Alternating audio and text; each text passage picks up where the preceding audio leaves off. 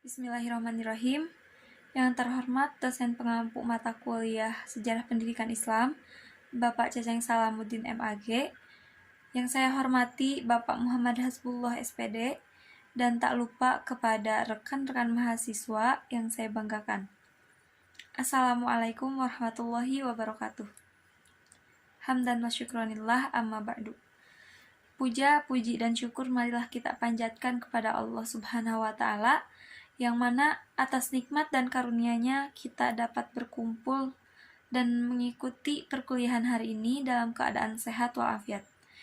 Salawat dan salam semoga tetap tercurah limpahkan kepada junjungan kita, yakni Nabi Muhammad SAW.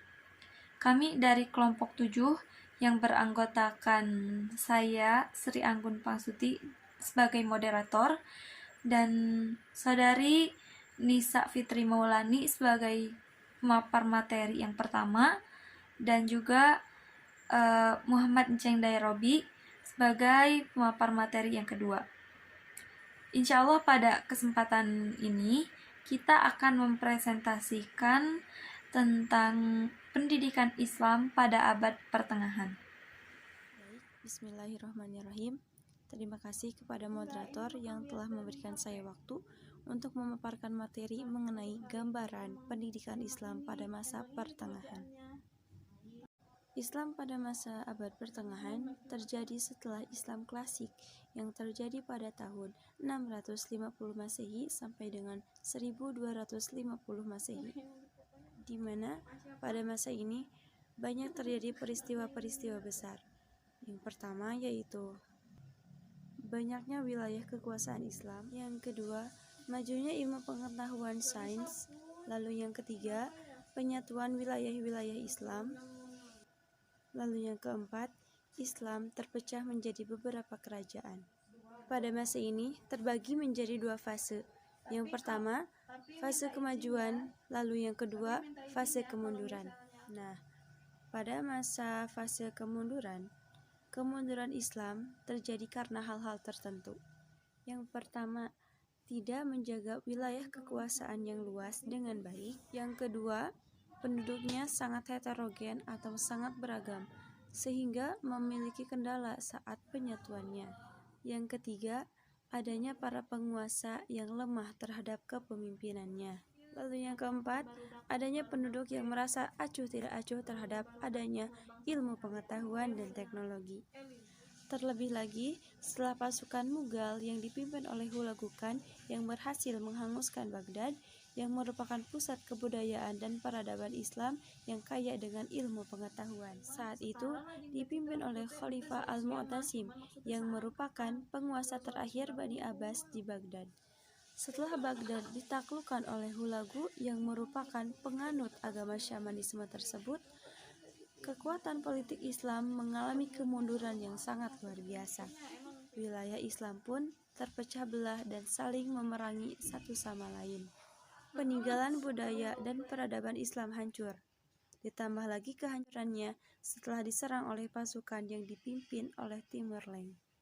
Nah, teman-teman, mungkin itu yang dapat saya sampaikan. Kurang lebihnya mohon maafkan. Saya kembalikan lagi kepada moderator. Bismillahirrahmanirrahim. Assalamualaikum warahmatullahi wabarakatuh. Terima kasih kepada moderator yang telah memberikan waktu kepada saya untuk memaparkan materi perkembangan Islam pada abad pertengahan. Pada abad pertengahan, bidang ilmu pengetahuan dan kebudayaan, banyak pemuda Eropa yang belajar di universitas-universitas Islam di Spanyol seperti Cordoba, Sevilla, dan lain-lain. Selama belajar di universitas-universitas tersebut, mereka aktif menerjemahkan buku-buku karya ilmuwan Muslim. Pusat penerjemahan itu adalah Toledo. Setelah mereka pulang ke negerinya, mereka mendirikan sekolah dan universitas yang sama. Universitas yang pertama kali berada di Eropa ialah Universitas Paris yang didirikan pada tahun 1213 Masehi, dan pada akhir zaman pertengahan di Eropa baru berdiri 18 universitas. Pada universitas tersebut diajarkan ilmu yang mereka peroleh dari universitas Islam seperti ilmu kedokteran, ilmu pasti, dan ilmu filsafat. Mungkin itu saja yang dapat saya sampaikan. Mohon maaf atas segala kekurangannya. Wassalamualaikum warahmatullahi Tantangan wabarakatuh. pendidikan Islam pada masa abad pertengahan. Pada abad pertengahan atau biasa dikenal sebagai abad kegelapan yang terjadi di dunia barat, umat muslim justru gegap gempita akan peradaban. Salah satunya yaitu perkembangan mengenai metode-metode pengajaran dan pendidikan yang diterapkan hingga menghasilkan generasi muslim yang baik. Dalam buku Kontribusi Islam atas Dunia Intelektual, karya Mehdi Nakostin, disebutkan, di perguruan tinggi kala itu para guru kerap membaca manuskrip yang dipersiapkan dari teks untuk menjelaskan materi kuliah dan memberikan pertanyaan-pertanyaan, juga diskusi kepada mahasiswa.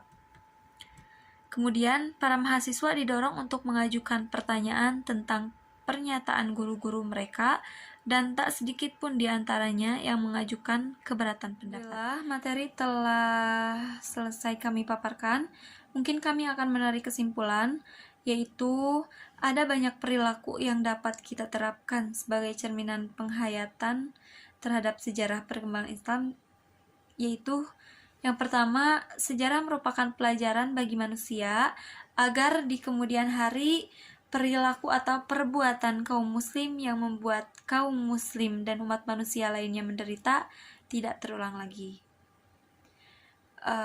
Oleh karena itu, umat Islam hendaknya mampu mengubah tata kehidupannya yang seimbang antara kepentingan duniawi dan ukhrawinya, serta senantiasa meningkatkan wawasan keislamannya melalui rujukan Al-Quran dan hadis. Yang kedua, umat Islam harus mengambil pelajaran dari negara barat. Mereka semula jauh tertinggal dibandingkan dengan kemajuan peradaban dan ilmu pengetahuan umat Islam. Tetapi kemudian mereka dapat mengejar kemajuan itu. Invasi Islam terhadap Eropa seperti Andalusia dan Semenanjung selama berabad-abad telah memotivasi Barat untuk mempelajari ilmu pengetahuan, teknologi, dan kebudayaannya.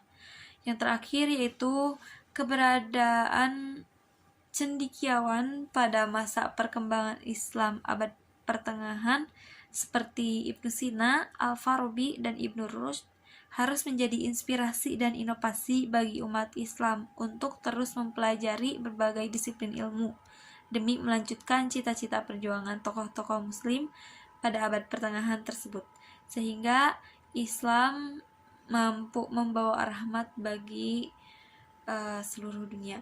Mungkin itu yang dapat kami paparkan. Mohon maaf bila banyak kesalahan. Wassalamualaikum warahmatullahi wabarakatuh.